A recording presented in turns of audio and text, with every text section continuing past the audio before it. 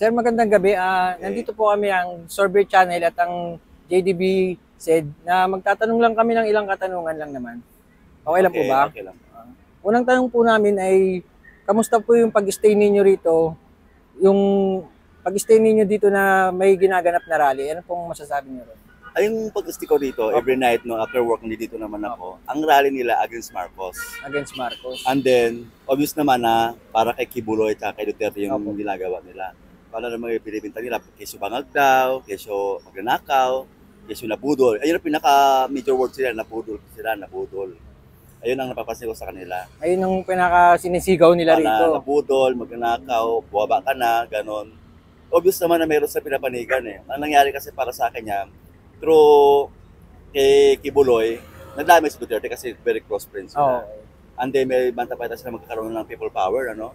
Kung si Kibuloy ay madidihado. Yun ang alam. Maulit ko lang pong itanong, no? Isisingit ko lang pong tanong. Ikaklaro ko lang din.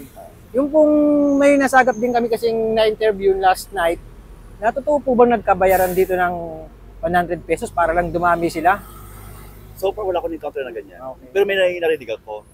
Kung ako pa meron 100 pesos, napapayag. Para daw po magpadagdag ng tao. Eh kung mayroong bayaran, eh, mag-recruit na ako para makabigyan ng 100. Wala akong na-encounter na ganyan. Ano, pero meron akong narinig. Sabi-sabi. Pero wala naman. Usually dito maraming tao, ang iba madaya. Ang iba, yung mga homeless karamihan din, nagkaroon sa pagkain. Ay, may mga dala na silang pinipamigay na pagkain. May pagkain sila, may tubig, may pagkain. Ayun lang. Pero sa worth 100 pesos, wala akong narinig. Wala akong na ano.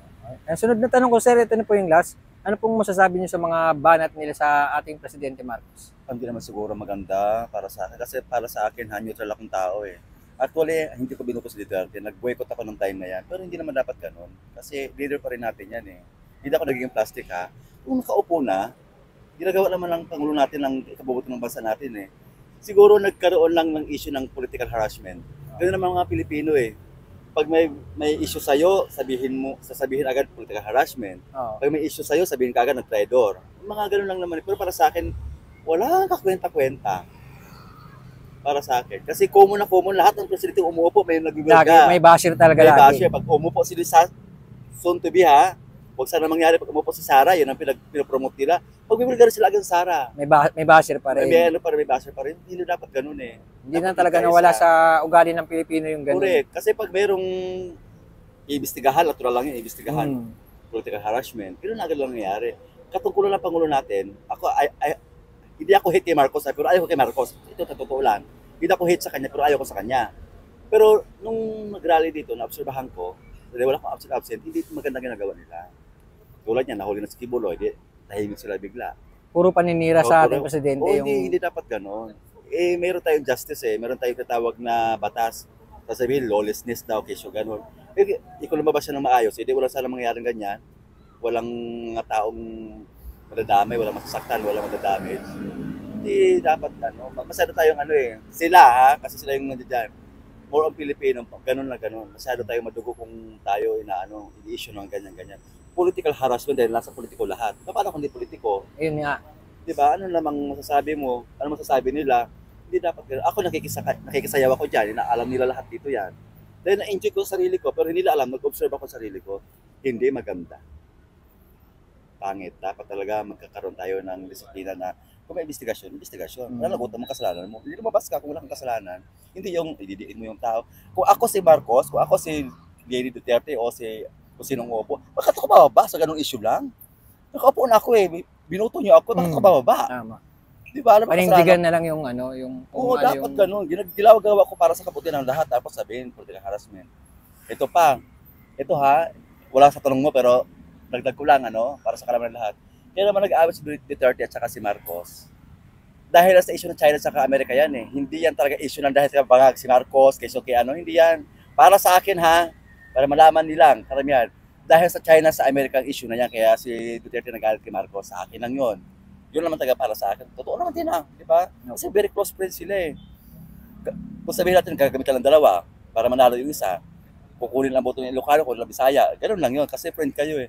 Pero nung umupo na si Marcos, dahil sa issue ng China, ako favor ako sa US. I hate China. Kung anong ginagawa ni Marcos dahil sa US siya, sa akin okay yun. Pero sasabihin na si Marcos isunduin yung ano yung Duterte na ipapasok ang China, ay nako, hindi. No. Basta para sa akin, Marcos is good. Hindi ko sa binuto, huwag na sabihin na budol ka, kuhala, budol kami dahil kung binuto man siya, hindi budol yun. Dahil yun talaga ang pananalig ng tao. Dahil sabi nga ni Duterte, let's heal the nation, patawarin natin dapat patawarin. Di ba? Patawarin natin ginawa ng tatay niyo noon, magkaisa tayo, magandang ang ni Duterte. Kaso, ang nangyari nga, ganyan, political harassment daw, issue dahil issue si Kibuloy, ni Duterte, kaya nagkaroon ng parang alitan merge, na. parang alitan kampi-kampihan na hindi naman tama. Ako, hindi ko si Marcos, pero hindi dapat nagamit kay Marcos yan.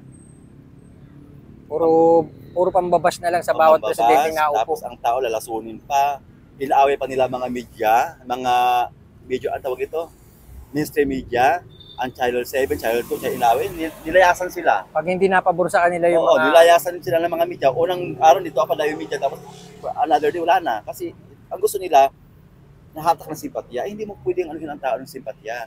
Dapat na media kaibiganin. Naka-neutral lang talaga. Ang media taga-neutral lang mga yan. Tapos sa relihiyon, tawagin pa nila. Ano naman pakialam ng ibang relihiyon? Hindi naman sila yung... Ang mga relihiyon, ako, Katolik, nagsimba ko. Sabi ng pare sa ko babanggitin ha, pumunta kayo doon kung nasa sa loob nyo. Pag pumunta kayo, huwag kayo kumamping, neutral kayo, pero pag-observe kayo kung anong totoo. Hindi. Ginawa ko na dito ako absent. Rain or shine, kahit tumagli pa, hindi ako ma-absent. Hanggang ngayon, kahit wala lang, dito pa rin ako. Hindi dapat ganun eh. Mali. Okay, nahuli si Kibuloy. Nahuli o sumuko, I don't care. O, di nga, tahimik. Sa anong harassment doon? Batas sa umusik sa kanya, tapos. Huwag na nila lahat ba ng bagay, sisi sa Pangulo natin. Tama.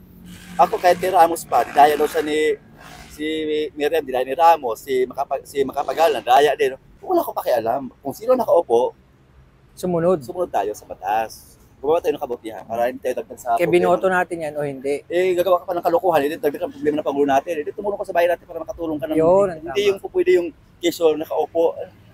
Lahat ng presidente, yan si Sara, time will come, kung sakali makaupo sa'yo, mag-will ka rin ng mga yan. Siguro. Sisili pa ka ng isang bagay para ka ng masamang tao na.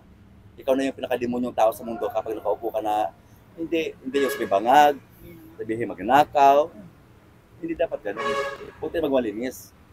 Hindi, pero para sa akin maganda ang move ni Marcos. Hindi ako galit kay Marcos, kuya ha, pero ayaw ko sa kanya. Pero sa nakikita ko maganda ang ginawa. So, sige sir, yun lang po. Maraming salamat po. Mali po yung ginawa nila para sa akin. In general, 99.9% mali. Okay na po? Apo. Thank you.